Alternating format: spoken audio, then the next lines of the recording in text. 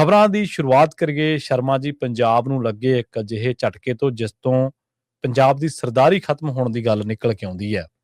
Bhakra board ਦੇ ਵਿੱਚ ਕਹਿੰਦੇ ਪੰਜਾਬ ਦੀ ਸਰਦਾਰੀ ਖਤਮ ਹੋ ਗਈ, ਕਰਤੀ ਦਿੱਤੀ ਗਈ।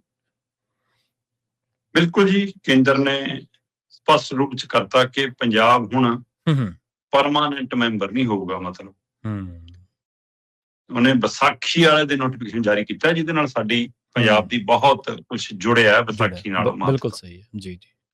ਉਹ ਕਹਿੰਦੇ ਵੀ ਕਿ ਬੋਰਡ ਦੇ ਮੈਂਬਰਾਂ ਦੀ ਜਦੋਂ ਚੋਣ ਹੋਇਆ ਕਰੂਗੀ ਉਸ ਮੌਕੇ ਤਰਜੀਹ ਦੇ ਦਾਂਗੇ। ਪਰ ਬੋਰਡ ਦੇ ਮੈਂਬਰਾਂ ਚ ਹੁਣ ਅਸੀਂ ਰਾਜਸਥਾਨ ਨੂੰ ਵੀ ਸ਼ਾਮਲ ਕਰਾਂਗੇ, ਹਿਮਾਚਲ ਨੂੰ ਵੀ ਸ਼ਾਮਲ ਕਰਾਂਗੇ। ਬਕਾਇਦਾ ਤੌਰ ਤੇ ਉਹਨਾਂ ਨੇ ਵਿਸਾਖੀ ਵਾਲੇ ਦਿਨ ਨੋਟੀਫਿਕੇਸ਼ਨ ਜਾਰੀ ਕਰਕੇ ਕਿਹਾ ਵੀ ਕਿ ਜਿਹੜਾ ਅੱਗੇ ਪਰਮਾਨੈਂਟ ਤੁਰਿਆ ਆਉਂਦਾ 1966 ਦੇ ਹਵਾਲੇ ਨਾਲ ਕਿ ਜੀ ਜਿਹੜਾ ਪਾਵਰ ਹੈ ਉਹ ਮੈਂਬਰ ਪੰਜਾਬ ਦਾ ਹੋਊਗਾ ਤੇ ਜਿਹੜਾ ਸਿੰਚਾਈ ਵਾਲਾ ਮੈਂਬਰ ਆ ਉਹ ਹਰਿਆਣੇ ਦਾ ਹੋਊਗਾ। ਹੁਣ ਐ ਨਹੀਂ ਹੋਊਗਾ, ਅਸੀਂ ਹੋਰਨਾਂ ਸੂਬਿਆਂ ਤੋਂ ਵੀ ਲੈ ਸਕਦੇ ਹਾਂ। ਪਹਿਲਾਂ ਹੀ ਮੁਖੀ ਵਾਲੇ ਮਾਮਲੇ ਦੇ ਵਿੱਚ ਤਾਂ ਜਿਹੜੇ ਨਾਰਮ ਕਰ ਦਿੱਤੇ ਗਏ ਨੇ ਉਹ ਚ ਤਾਂ ਪੰਜਾਬ ਪਹਿਲਾਂ ਹੀ ਬਾਹਰ ਹੈ ਜੀ। ਇੱਥੇ ਤਾਂ ਹੁਣ ਬਣੇ ਨਹੀਂ ਸਕਦੇ ਅਸੀਂ, ਹੈ ਨਾ, BBMP ਦੇ। ਤੇ ਆਹ ਪਾਵਰ ਤੇ ਸਿੰਚਾਈ ਮਾਮਲੇ ਚ ਪੰਜਾਬ ਹਰਿਆਣਾ ਦੀ ਮਾੜੀ ਮੋਟੀ ਚੱਲਦੀ ਸੀ। ਹੁਣ ਇਹਦੇ ਵਿੱਚ ਵੀ ਕਹਿਤਾ ਵੀ ਕਿ ਹੋਰਨਾਂ ਸੂਬਿਆਂ ਤੋਂ ਵੀ ਅਸੀਂ ਨੂੰ ਤਰਜੀਹ ਦੇ ਸਕਦੇ ਹਾਂ, ਉਹ ਵੀ ਲੈ ਲਾਂਗੇ। ਤੇ ਜਦ ਤੱਕ ਮੈਂਬਰੀ ਆ ਜੀ, ਪਰਮਾਨੈਂਟ ਮੈਂਬਰੀ ਦੇ ਤੌਰ ਤੇ ਅਸੀਂ ਇਹਦੇ ਵਿੱਚ ਹੁਣ ਪੰਜਾਬ ਤੇ ਹਰਿਆਣਾ ਹੀ ਨਹੀਂ ਹੋਊਗਾ, ਇਹਦੇ ਵਿੱਚ ਅਸੀਂ ਰਾਜਸਥਾਨ ਨੂੰ ਵੀ ਸ਼ਾਮਲ ਕਰਾਂਗੇ ਤੇ ਹਿਮਾਚਲ ਨੂੰ ਵੀ ਸ਼ਾਮਲ ਕਰਾਂਗੇ। ਅੱਛਾ, ਸਵਾਲ ਮੇਰਾ ਇਹ ਹੈ ਕਿ ਇਹ ਸਾਰਾ ਕੁਝ ਕਰ ਕੌਣ ਰਿਹਾ? ਕੇਂਦਰ। ਕੇਂਦਰ ਕਿਹੜਾ ਜਿਹੜਾ ਪੰਜਾਬ ਦੇ ਵਿੱਚ ਭਾਜਪਾ ਦੇ ਨਾਂ ਤੇ ਰਾਜ ਕਰਨਾ ਚਾਹੁੰਦਾ?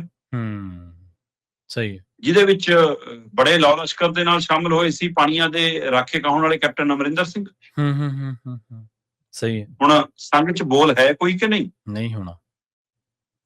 ਹੁਣ ਕੋਈ ਇਹਦਾ ਵਿਰੋਧ ਕਰਨ ਦਾ ਦਮ ਹੈ? ਹੁਣ ਘਰ ਦੇ ਉੱਪਰ ਚੜ ਕੇ ਝੰਡਾ ਬਦਲਣ ਦੀ ਹਿੰਮਤ ਹੈ? ਜੀ, ਸਹੀ ਹੈ। ਹੁਣ ਕਹਿ ਸਕਦੇ ਨੇ ਕਿ ਹਾਂ ਕਰ ਲੋ ਰਣਿੰਦਰ ਤੇ ਪ੍ਰਨੀਤ ਨੂੰ ਅੰਦਰ ਜੇ ਕਰਨਾ, ਪਰ ਮੈਂ ਪੰਜਾਬ ਦੇ ਪਾਣੀਆਂ ਦੇ ਰਾਖੇ ਲਈ ਬੈਠਾ। ਚਲੋ, ਸ਼ੇਰ ਜੇ ਬੁੱਢਾ ਹੋ ਜਾਵੇ ਕਹਿੰਦੇ ਜੀ ਸ਼ੇਰ ਇਹ ਰਹਿੰਦਾ, ਤੇ ਜੇ ਦਹਾੜ ਨਹੀਂ ਮਾਰਦਾ ਤਾਂ ਮੂੰਹ ਜਾਂ ਤਾਂ ਖੋਲ ਸਕਦਾ ਨਾ, ਖੋਲੇ ਨਾ, ਕੋਈ ਦੰਦ ਦਿਖਾਵੇ ਆਪਣੇ ਜੇ ਸ਼ੇਰ ਹੈ। ਪਰ ਇੱਕ ਹੋਰ ਸ਼ੇਰ ਹੈ ਸਾਡੇ ਕੋਲ ਹੁਣ ਜੀ, ਉਹ ਕਹਿੰਦਾ ਵੀ ਅਸਲੀ ਪਾਣੀਆਂ ਦਾ ਰਾਖਾ ਤਾਂ ਮੈਂ ਆ। ਨੰਗਲ ਤੋਂ ਲੈ ਕੇ ਪੂਰੇ ਪੰਜਾਬ ਤਾਂ ਛੱਡੋ, ਦੂਸਰੇ ਸੂਬਿਆਂ ਤੱਕ ਇਸ਼ਤਿਹਾਰ ਦੇ ਕੇ ਉਹਨੇ ਆਪਣੇ ਆਪ ਨੂੰ ਪਾਣੀਆਂ ਦੇ ਰਾਖੇ ਵਾਲੀ ਫੋਟੋ ਲਵਾਈ। ਵੈਸੇ ਤਾਂ ਅੱਜ ਕੱਲ ਉਹ ਅਸਲੀ ਸਿੱਖ ਵਾਲੀਆਂ ਫੋਟੋਆਂ ਲਵਾਉਂਦਾ ਫਿਰ ਰਿਹਾ ਕਿ ਅਸਲੀ ਸਿੱਖ ਵੀ ਹੁਣ ਮੈਂ ਹੀ ਆ ਜੀ। ਤੇ ਪਰ ਉਹ ਪਾਣੀਆਂ ਦਾ ਰਾਖਾ ਵੀ ਕੁਛ ਕਿਉਂ ਨਹੀਂ ਰਿਹਾ? ਹੁਣ ਨੰਗਲ ਨੂੰ ਦੌੜ ਨਹੀਂ ਲੱਗਦੀ ਕਿ ਦਿੱਲੀ ਜਾ ਕੇ ਧਰਨਾ ਨਹੀਂ ਲੱਗਦਾ? ਬੜੇ ਜਨਾਬ ਸਾਹਮਣੇ ਆਏ ਸੀ ਕਿ ਮੈਂ ਪਾਣੀਆਂ ਦਾ ਵੀ ਰਾਖਾ, ਮੈਂ BBMP ਦਾ ਵੀ ਰਾਖਾ, ਮੈਂ ਡੈਮਾਂ ਦੀ ਸੁਰੱਖਿਆ ਦਾ ਵੀ ਰਾਖਾ, ਮੈਂ ਹੀ। ਕੇਂਦਰ ਦਾ ਕੰਟਰੋਲ ਨਹੀਂ ਹੋਣਾ ਦੇਣਗੇ। ਅਗਲਿਆਂ ਨੇ ਪਾਣੀਆਂ ਤੇ ਵੀ ਕਰ ਲਿਆ, ਅਗਲਿਆਂ ਨੇ ਤੁਹਾਡੀ ਮੈਂਬਰੀ ਤੇ ਵੀ ਕਰ ਲਿਆ, ਅਗਲਿਆਂ ਨੇ ਸੁਰੱਖਿਆ ਤੇ ਵੀ ਕਰ ਲਿਆ। ਤੁਹਾਡੇ ਮੱਲੇ ਕੀ ਆ? ਸਹੀ ਆ। ਭੇਜ ਲਓ ਚਿੱਠੀਆਂ ਰਾਜਸਥਾਨ ਨੂੰ ਕਿ ਪੈਸਾ ਰਹਿੰਦਾ, ਭੇਜ ਲਓ ਚਿੱਠੀ ਜੰਮੂ ਕਸ਼ਮੀਰ ਨੂੰ ਕਿ ਤੁਹਾਡੇ ਕੰਨੀ ਰੱਖ ਰਖਾਵ ਦਾ ਡੈਮਾਂ ਦਾ ਪੈਸਾ ਰਹਿੰਦਾ। ਹੁਣ ਜਦੋਂ ਅਗਲੇ ਪਰਮਾਨੈਂਟ ਮੈਂਬਰ ਹੋ ਗਏ, ਫਿਰ ਮੈਨੂੰ ਇਹ ਦੱਸੋ, ਜੇ ਮੈਂ ਅੱਜ ਦੀ ਤਰੀਕ ਦੇ ਹਿਸਾਬ ਨਾਲ ਹਿਸਾਬ ਲਾਵਾਂ ਜੀ, ਇੱਕ ਪਾਸੇ ਇੱਕ ਮੈਂਬਰ ਹਰਿਆਣੇ ਦਾ, ਦੂਏ ਪਾਸੇ ਇੱਕ ਮੈਂਬਰ ਰਾਜਸਥਾਨ ਦਾ, ਤੀਆ ਕੇਂਦਰ ਦੀ ਵੋਟ, ਤੇ ਹਿਮਾਚਲ ਤੇ ਜੇ ਪੰਜਾਬ ਇੱਕ ਪਾਸੇ ਵੀ ਖੜ ਜਾਣ ਮੰਨ ਲਓ,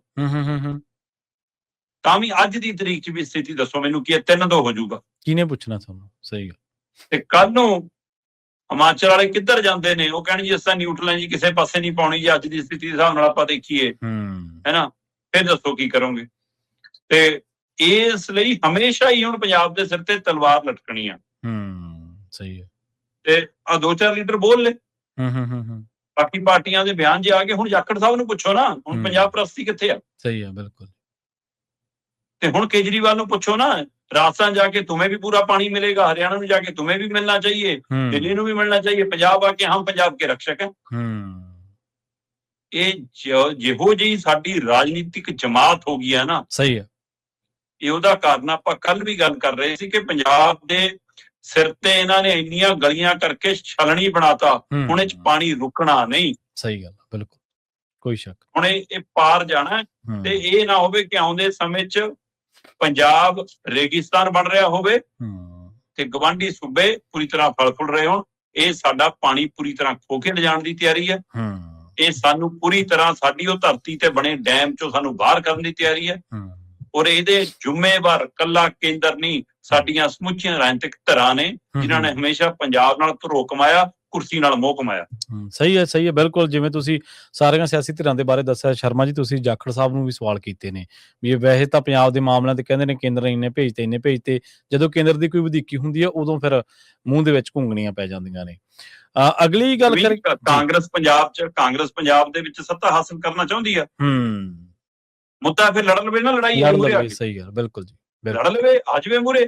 ਅਕਾਲੀ ਦਲ ਸਟੇਜਾਂ ਤੋਂ ਕਹਿੰਦਾ ਨਾ ਕਿ ਖੇਤਰੀ ਤੋਂ ਬਿਨਾਂ ਸਰਨਾ ਨੀਗਾ, ਖੇਤਰੀ ਉਹ ਸਾਹੀ ਹੁੰਦੀ ਆ। ਹੁਣ ਖੇਤਰੀ ਮੁੱਦੇ ਤੇ ਖੜ ਜਾਵੇ ਨਾ, ਸਹੀ ਹੈ, ਹੁਣ ਲਾਓ ਮੋਰਚਾ, ਕੌਣ ਰੋਕਦਾ?